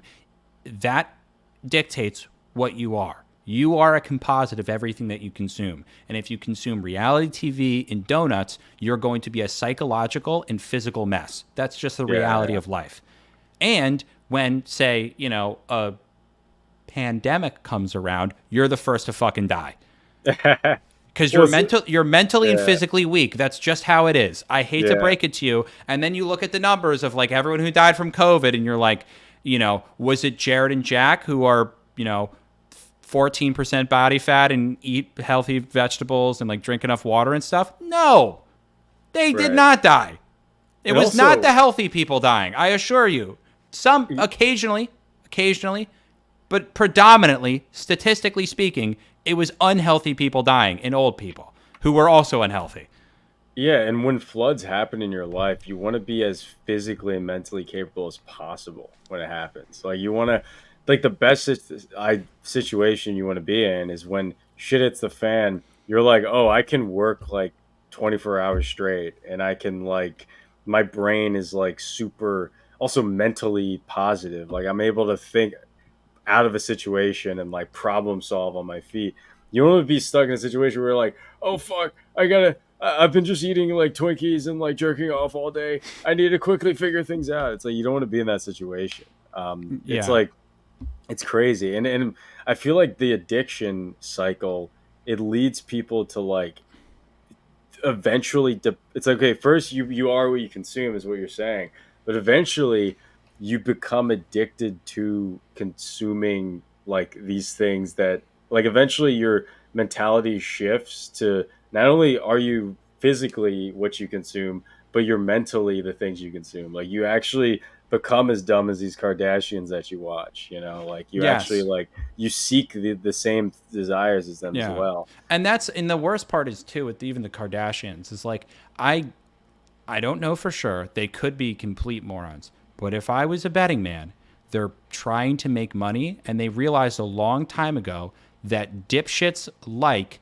to watch fake drama. People are like, can you believe what she said to me? And I ha ha ha ha ha. And people give into what I like to call reality TV problems, which aren't Yeah. real problems. It's the reality TVification of life. It's like, oh my God, did she say that? And it's like, yeah, she did. You're assuming that it's a problem because you've been watching fucking Kim Kardashian, who like assumes the worst, and she might, and then what happens is it goes cut, and she's like, wow, Margaret, that was a great scene. That tension we Yeah, had, that yeah, was like, I bet the viewers really felt that. That was like too super real. yeah, And then she goes and like gets like a manicure and works out and like eats $1,000 of caviar. And it's like everyone else watching TV is like, thinks that like her overreaction, her crazy, blown out, stupid, petty, just bullshit emotions are real. And so they start like, dude, I have friends, girlfriends, people just who are so consumed in like reality TV ways of thinking where I'm yeah, like, where they're like, can you believe he said that? I'm like, they think that you're a jerk jack or they think you're an asshole. What do you think about that? I'm like, okay. yeah, yeah, I'm like, whatever. I wish him well. Like, I don't, do they think that? And if they do, so what? You yeah. know, like, it doesn't matter. Yeah, and when you like when you're constantly watching like the goop on TV, like the you're constantly watching the stuff that's meant to fry your brain. You don't develop yourself enough to be able to like hear what someone sees you as and be able to like deal with it and be like, okay, well, I have my own identity. And that's where everyone gets dull and everyone just conforms to like the same images. It's like, so, oh my God, if this person's girlfriend doesn't like me, then I'm like social. My social status is whatever like logical things you get into in your head to make you react in weakness. And it's like if you're just constantly inundated with bullshit and you don't like have an authentic you identity, you're never going to be able to fight those battles. You're just going Of to give course. in every time. Because it's way easier to wrap your identity up in like an artist or a political idea or whatever than to wrap up your identity in who you are and what you actually Yeah, want to believe in, what you actually believe in, what you actually want to do. Most people are 100%. denying all of those real, authentic, true identifications. And I get why. I deny that myself. Life is a constant battle of trying to fully accept who you are and where you want to go and who you want to be in the most Buddhist and like philosophically enlightened sense. And Yeah, everything is working against you to tell you what to do, how to act, and what to feel and what to believe. And it's way easier to give in to all that bullshit and then wrap up your identity in stuff that doesn't matter. I yeah, assure you, when someone you care about dies, you're no longer going to give a fuck if someone doesn't like Taylor Swift. You're no longer going to give a fuck if someone's a Republican or a Democrat. You're going to want the yeah, person you love to be alive, and they're not going to be alive anymore. And all of a sudden, you're going to realize that all the stupid fucking beliefs that you have are bullshit. And you're just going to think, but what most people do is they have that flood when they have something tragic and then they shove it back down. They go yeah. back to TV. They let The Office or some other terrible stimulus flood back into their brain and they ignore their true vulnerable emotions. And I only know this because I do it too. We all Yeah, do it. yeah, of course. It's natural. And I think the way, and I've been trying to get to the, I mean, this is the hardest thing in the world. So it's hard to even say.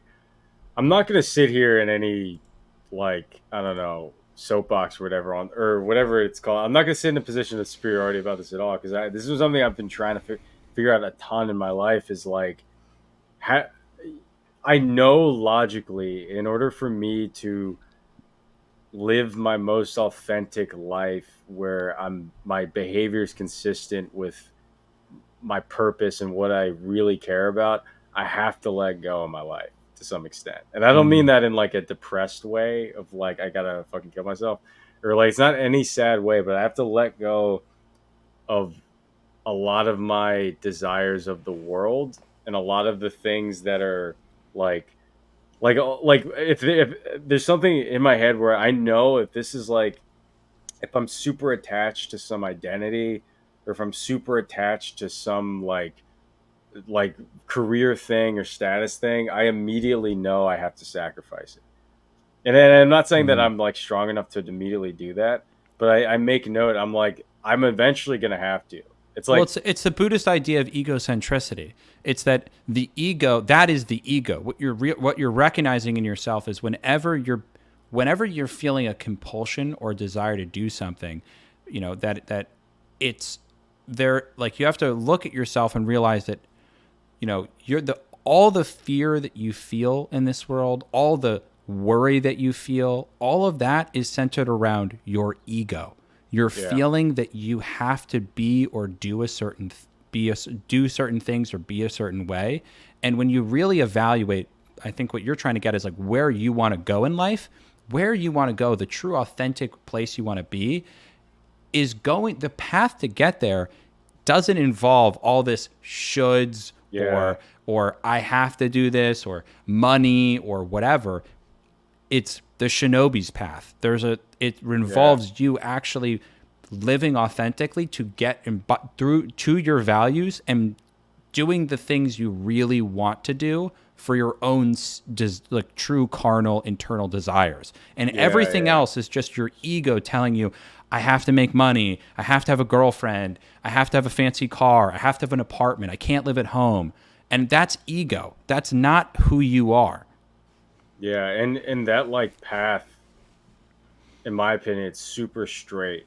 It's like super, it's like it's a defined straight path, and everything else, it's like wide is the road to destruction, narrows the path to or the gate to heaven. It's like everything else is like it makes it so there's so many options and choices, and the more you let go and you make the right sacrifices, the more you can just narrow the path. And that's where I think true greatness comes from, is when your path is so, and also the frequency stuff I was talking about, where it's like you've done enough that your frequency or like whatever your experience in the world is like super and resonant with who you are and what you want, and your path is so straight that you get to that, like everything you do is playful. It's almost like you're just following, you get to finally just follow every intuition and everything's perfect. It's like you can see it in like high performance sports. Like sometimes when people are doing so good, you get to see it's a flow state thing where Yep. it's like they're pushing themselves perfectly, and it's so simple and intuitive that everything, you don't have to think about it as much as you're just intuitively doing what you need to do. And I think that like you can actually just be in that state in your life generally. And I think that the way to get there is you have to let go of your life. Like, Mm. and I don't mean that in like I said, a negative or depressed way, but it's like you have to like let go of whatever you're the most afraid of. And that's different for everybody, but it's like whatever you're the most afraid, you have to truly confront it, Yes. you know? Fear is always attached. I'm reading this great book right now, um, that my mom gave me. Shout out my mom. She has some. It's the best self help book I've ever read, and it's Really. called "How to Get from Where You Are to Where You Want to Be." And it's about this. It's written by this woman who was she tried to take her own life, and she was unhappy, and she had a husband and all this, the child, and all this kind of stuff, and a really rough childhood and upbringing, and a really hard family dynamic. And she ended up finding a Zen monastery, a Buddhist monastery, and she found Buddhism. But really, the whole book is about is it's how to build awareness, and it's awareness that like all of us have sub personalities that are, this is just one concept, but all of us have sub personalities that are generated from when we're a child. Whether it's, you're scared of the dark, so you create this sub personality that's a superhero that's not scared of Yeah. anything, or you're scared to talk to girls, so you're a dickhead to girls. Right. You attack women and you're an incel. And you create these sub personalities that are really just a defense mechanism from your true inner fears and carnal, like egocentric fears. And all of us are conditioned to have these sub personalities. And this is also just basic psychology 101 Yeah. stuff too. It's also Carl Jung's shadow She archetype. exactly. She brings in so many like she really weaves Eastern philosophy with like traditional like proven psychology, and it's really wonderfully That's cool. done. But it's basically just trying to help you build awareness, and so like it's like helping you to assess like what are your problems? Are you are you repressed sexually? Do you have a bad relationship? Are you scared to voice your true opinions at work? All of these things are stuff that are conditioned from the time you're a child, and you've been avoiding them. And most importantly, you're probably not aware. Like for me, Yeah. I'm always on time. I'm always on time. And I was actually, I started reading this book, and I was about to go meet my friend for dinner, and I was starting to freak out because I was like, I misjudged it. I never misjudged it. And I was Yeah. like, I'm going to be late. And I just thought to myself, that's conditioning. Yeah. My parents were always on time, so I became always on time. And when you look at your childhood, you almost everyone, if your parents are always on time, you will almost always be on time, or you'll never be on time, Yeah. Yeah. because Yeah. you'll either rebel against what you were conditioned to do, or you'll accept what you're conditioned to do, and then you'll always do that. And that's all of us. We have all of those, and there's a million things that we're conditioned to feel and be based off of our environment. And it's up to us to build the awareness to recognize those things so that we can ultimately grow and let go of them, like you're saying. Yeah. And it's like I feel like a lot of it's trauma too. Like when you're that like especially that like 12, 11 to like just puberty age, like 12 to 16-ish age, that age, like if you've had intense traumas or even just any traumas, I think whatever happens at that age, because you're like, you have the trauma, the natural trauma of like developing into someone that needs to like live and survive on your own. So, like, but in that time, whatever those traumas are, that that'll become your biggest fear. Mm-hmm. And I think it's different for everybody, and your ability to confront. And I think it often, we have stages in our life where it can be like conquering the fear is the biggest thing, or the biggest thing is embracing something about it, where maybe you're actually inverting it and you actually think you should like whatever the fear is. I'm speaking abstractly, but you should like it's actually good that you have that fear or something. I think we're often like, and I heard one person talking about where it's like different years where it's like 12, 24, 36. Like, you could play around.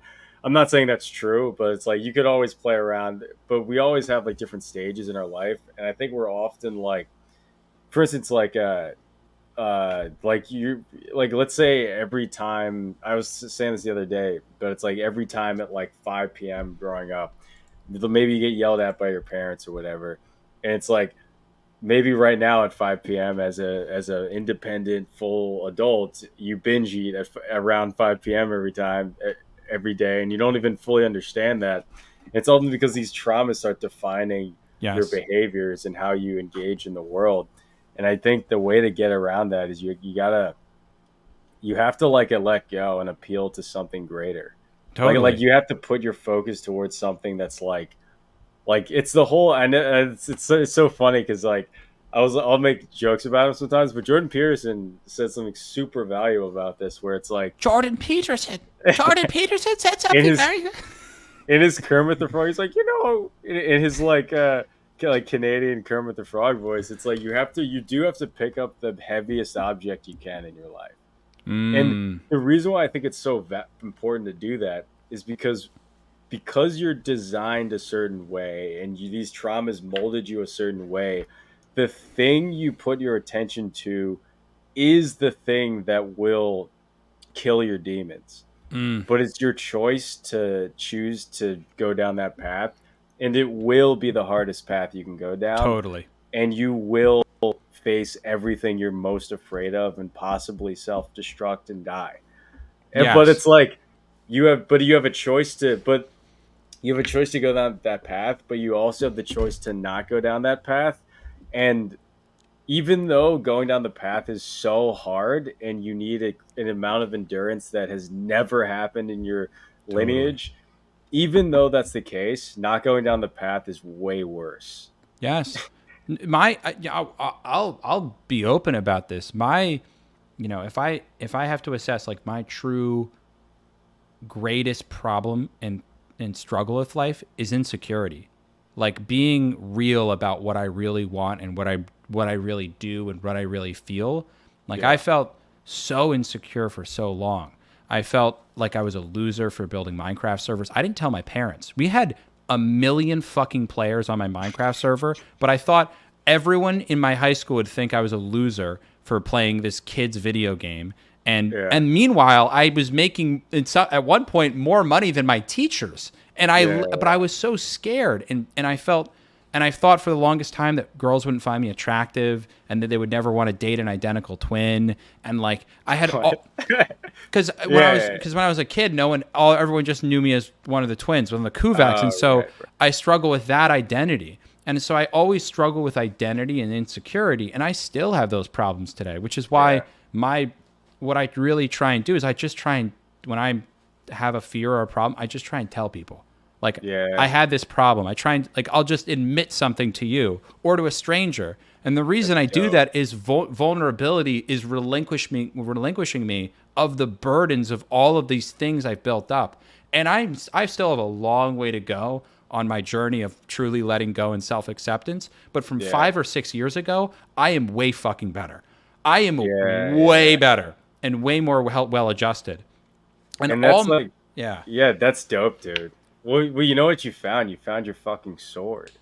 yeah, It's like, so these images are so powerful because it's like in your, it's like the story of your life. It's like you found the boon, you found like the weapon that you can use to kill the dragon, and yes, you're on your path, and it's that, you know, like being able to like use that, being able to overcome it in any moment, you know. yeah. and But the and I think last that's six super powerful. But Yeah. I will say the journey is long. The last 6 months, I've been way less vulnerable. Like Yeah. I've been Why do noticing you think myself. that? I think this is a hard time, right? Like I'm Yeah. making less money than I have. I have some tax things, but now I got an accountant that I'm dealing with, and I was avoiding problems, and I started to notice myself. My traps have been so tight recently, Yeah. so tight, and I was just and I just noticed myself the other day. I was just clenching them, and I was like, oh fuck. Yeah. Oh fuck. I haven't been truly being honest about my problems. You know, I whether it's my fears about, you know, dating, or my fears about work, or my fears about like how am I going to make more money? I don't want to have to get a job, but I also have money is a problem. I live Yeah. in the most expensive city in the world. So it's like I am and then I'm also procrastinating. Sometimes I'm not I'm being more lazy than I want to be. And like those are just things that are happening. They're real, but I haven't off all over the last 6 months. I was admitting them less and less. Not probably more than the average. I was been much Yeah. more open than the average person, but like I'm noticing just like tension build up in my traps. And like Yeah. when I was going to bed, I was like, I have a brain tumor. And it was just, and then I had to stop and think, it's a tension headache. Feel your Yeah. traps, get out of your own head. And so the last, couple weeks, I've really been trying to reflect, meditate, call my friends and be open with them, Yeah. tell people about my problems, relate to people, and it's like, the journey of dealing with your demons is a long one, and you're Yeah. going to have periods where you regress and you fall back, and it's up to you to admit that on a fucking podcast to your buddy Jared or whatever else will help you push forward in life. But like Yeah. that's just real. That's just the reality. Yeah. And dude, and that's the thing is like what you're doing now, and like what I think it's so important for everyone to do is like the more you do, it's like, and not that you need this, but it's something important I think everyone should know. It's like, dude, whenever you go and you're vulnerable in a situation, you're literally, that is like, you're like, because that's so important on your journey, it will immediately inspire other people. And Yes. even if they don't know like that's your journey, but that's your power. So those, that's like when you do that, it's powerful. It just Yes. is, because it's you're conquering something every time. And everyone has their own thing like that, where it's like they do something and it's like, because you're overcoming whatever your darkest thing is, or whatever your fear is, because you're overcoming it, people like, that's makes the world a better place. Totally. And it's power, and the imagery and the archetypes and the symbolism around it, it's like they're important because it's like it's so true, Yeah. and it gives form to the world. And it's like, and it's interesting you're mentioning about like the because I think it's such a crucial time, like, and we're both in like similar ages, so it's like this time of like that like mid 20s, or like really just in general like 25 to 30 time. I think it's such a crucial time because you're getting out of that like boyhood part and you're getting into the manhood part. And it's so important, I think, to like do exactly what you're doing and like kind of go down the road and like try to like overcome some, like address, confront your issues and try to overcome them. And it's not going to be perfect, but it's going to be something. And but you have no idea what it's going to be right now. And it's like I think it's important to have like faith to just keep moving forward. Totally. That's what I try to do. Totally. And self-belief. And Yeah, that was the dude, other thing. 100%. Yeah, That was the other thing that when I was really reflecting the last couple of years, my Florida trip was great for me because, as I was really reflecting down there, I realized that I haven't believed in myself, yeah, as much as I had in the past, the last, say yeah. 2 years. And, when I had my greatest success, when I had the craziest shit happen to me, I had everyone for months or years saying, "What the fuck are you doing? You are crazy." But I didn't Yeah, care. I thought I could be a billionaire. No, in fact, I thought I'm going to be a billionaire, yeah, or yeah. whatever crazy thought that I had. But when I really thought that I could get to the highest, It's so farthest funny, goal, dude. I Yeah, got closer to that goal yeah, than yeah, any yeah, other point in my life. And when I start going, no, at all I'm trying to focus on is getting one client, or yeah, I'm just trying to make a YouTube video. But if instead I think, what I'm doing when I'm starting my YouTube channel, I'm trying to get my own Netflix show made. Well, That big. that Yeah, goal, the bigger dream, all that has always gotten me. If I actually believe that and I think I can get that, the yeah. likelihood I have a way better outcome or way more success in life is way fucking higher. And I need to not lose sight of that, and I need to I believe that I am the guy. I actually think no, no, like that's so true. It's funny, dude. We're very similar people, but because when I've had the same thing with self belief recently, and when I was like 18 to 20, there was a time where it was like crazy, like the amount I believed in myself, and I was doing so much, and like I was able to like hit every mark that I wanted, and a lot of it is because I had extremely lofty things.